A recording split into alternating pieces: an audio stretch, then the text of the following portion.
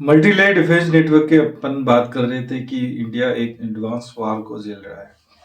Advance Wars इसलिए कि आपको पता है अभी अमेरिका के कुछ एजेंट पकड़े गए हैं, यूक्रेन और अमेरिका के, जो डिस्टरबेंस क्रिएट करना चाह रहे हैं वाया म्यांमार बॉर्डर। ये कोई एक चीज नहीं है, मल्टीपल डायमेंशंस के अंदर इंफॉर्मेशन, साइकोलॉजिकल, मेडिकल लेवल पे, डिप्लोमेटिक लेवल पे, इंटरनेशनल लेवल पे एक बहुत ही सोफिस्टिकेटेड और कॉम्प्लेक्स वॉर इंडिया के खिलाफ लड़ा जा रहा है। जहाँ जहाँ इंडिया की यूथ है या फिर दुनिया के अंदर जो डायस्पेरा है इंडिया का, उसको इम्पेक्ट किया जा रहा है। जैसे ईरान के अंदर इंडिया का डायस्पेरा है, तो वहाँ पे वॉर सिचुएशन क्रिएट कर दी, वहाँ से वो डायस्पेरा माइग्रेट होकर इंडिया आ गया। यूक्रेन के अंदर स्टूडेंट्स से बहुत सारे, वहाँ से डायस्पेरा माइग्रेट कर गए। यमन, सीरिया, जहाँ जहाँ इंडिया के डायस्पोरा है, वॉर सिचुएशंस के कारण वापस इंडिया रिटर्न कर रहे हैं।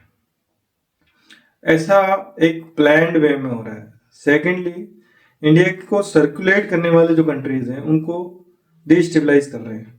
ईरान से हमें इम्पैक्ट पड़ रहा है, हमारी जो एलपीजी सप्लाई है वो इम्पैक्ट हुई, और भी बहुत सारे हमारे जो डिप्लोमेटिक चैलेंजेस क्रिएट हुए हैं, क्योंकि हमारे ईरान और इसराइल दोनों से अच्छे रिलेशन है।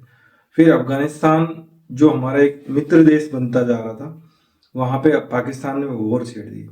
अब पाकिस्तान ने वॉर छेड़ दी अफगानिस्तान के खिलाफ, तो ये समझ में नहीं भी आ रहा है, कई लोगों को पच भी नहीं रहा है कि ऐसा कैसे हो सकता है। ऐसा इसलिए हो रहा है क्योंकि अफगानिस्तान पाकिस्तान की बजाय इंडिया के साथ अलाइन हो रहा है, और कोई तीसरा देश है जिसको ये पसंद नहीं है कि भाई अफगानिस्तान भारत के साथ अलाइन करे।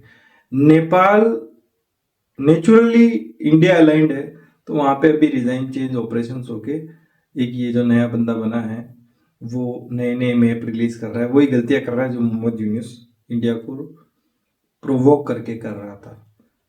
बांग्लादेश के अंदर तो अब फिर भी सिचुएशन कंट्रोल में है, लेकिन बांग्लादेश भी एक फेमाइन की तरफ जा रहा है। मई 2026 के अंदर बांग्लादेश के अंदर बहुत बड़ा फेमाइन होने वाला है। एल निनो इफेक्ट के कारण बरसातें कम ज़्यादा होगी, कई जगहों पे एक्सट्रीम वेदर इवेंट्स होंगे। फिर ये फ्यूल क्राइसिस जो ईरान की वजह से खड़ी हुई है, वो बांग्लादेश के अंदर फूड क्राइसिस ले आएगी, coupled with extreme weather situation. तो बांग्लादेश के अंदर बहुत बड़ा, बंगाल रीजन के अंदर पूरे में फेमाइन आने वाला है, बहुत सारी कैजुअलिटीज होगी। फिर अफगानिस्तान के अंदर, और आसिम मनीर जो बहुत बड़ा एसेट है वेस्टर्न कंट्रीज का, बहुत बड़ी डेडलिएस्ट वॉर लाएगा, बहुत सारे लोग मारे जाएंगे, डिपॉपुलेशन हो जाएगा अफगानिस्तान पाकिस्तान रीजन में। देखिए अब